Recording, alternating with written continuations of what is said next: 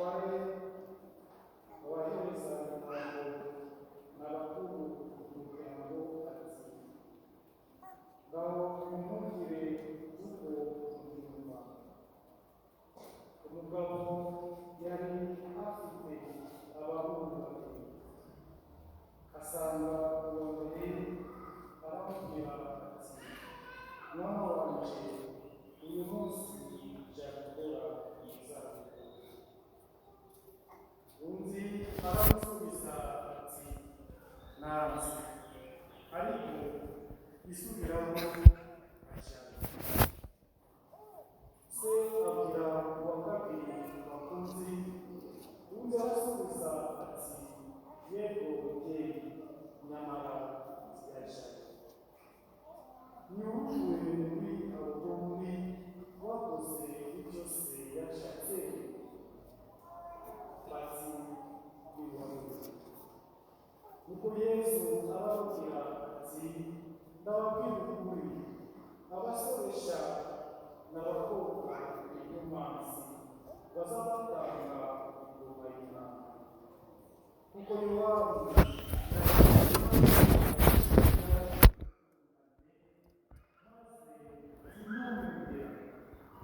abasoresha n'abakobwa b'inyomanzi baramwemera naho mwebwe ubuntu n'urugwiro timorusha bisubiramo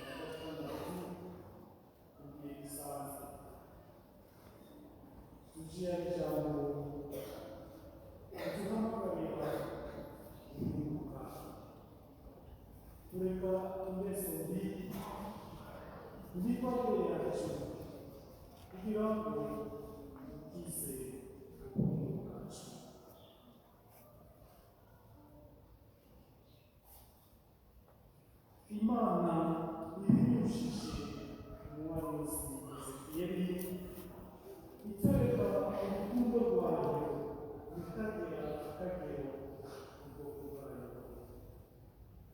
Mu rukundo rwe ntabwo yifuza urupfu rw'ababi cyangwa abantu babi, ariko irashaka ko bava muri bugufi bwabo bakabaho. Ivanjiri iduha urugero rw'umuntu wahindutse akava mu myitwarire ye mibi y'ibisebe. Mutagatifu Pawulo abinyujije mu ibaruwa yatubwiye ababyeyi yatwibukije ko guhinduka ukuri bisaba igihe kureka kwanga icyubahiro gusa kugira ngo twicishe bugufi. Ngiyo ijambo kuzirikana wigishijwe. Isomo rya mbere batwibukije inshingano zacu mu bintu byose tubaho. Abisirayeli bari mu rukundo bizeraga ko ububabare bwose ari ingaruka z'ibyaha byakozwe na sekuruza. Ariko Imana Data wuzuye urukundo ikunda abana bayo bose binyuze mu muhanuzi Ezekiyeli abamenyesha ko ariko irabagazana ibyishimo cyangwa ibyago bibaho binyuze mu itorero ryabo.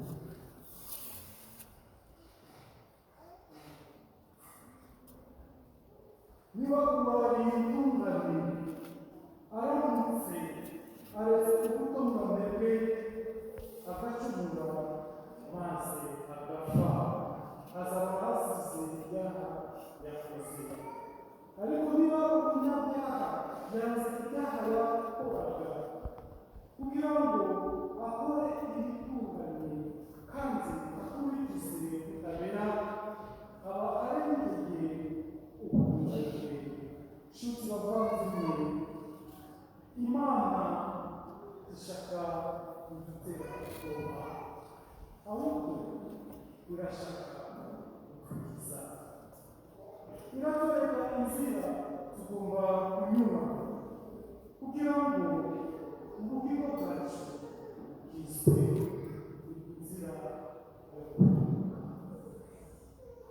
Imana ishaka ko tuvugura amazi ngo tureke ibibi byacu.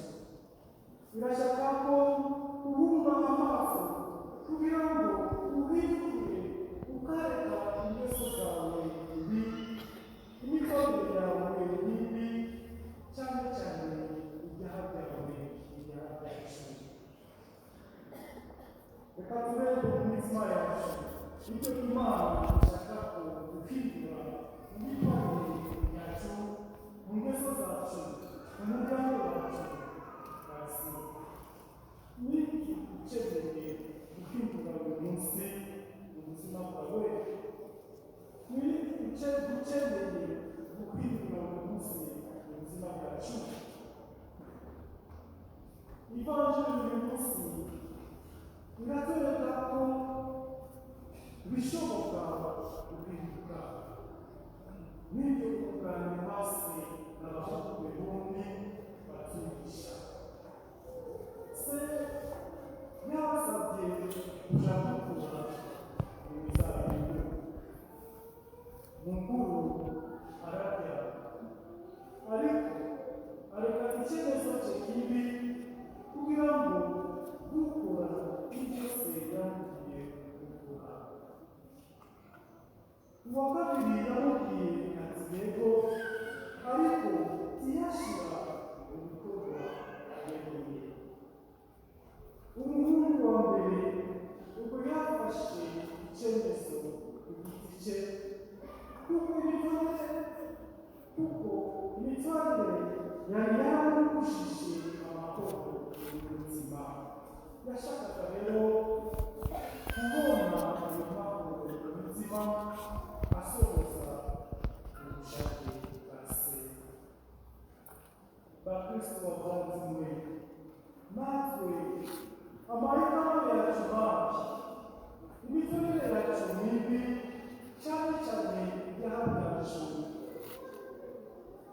biduza amahoro n'ibyishimo by'imbere.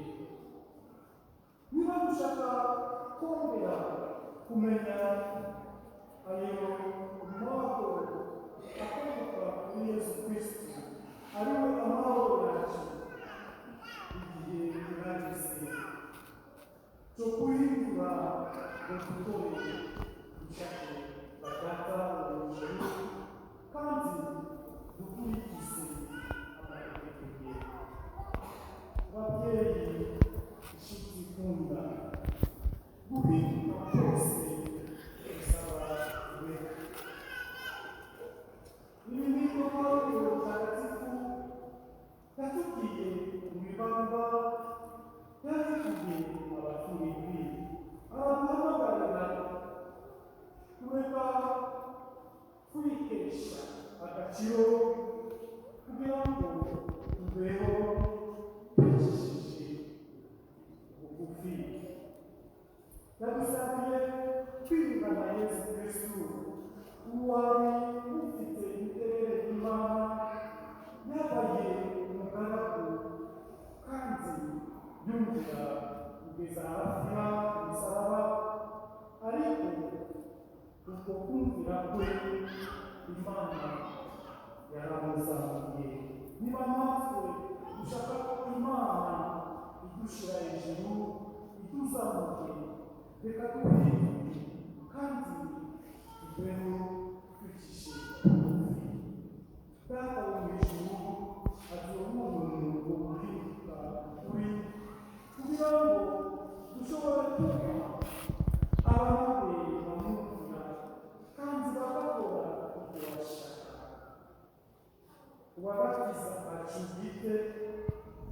n'umukiza umuturanyi wacu nyagasani yesu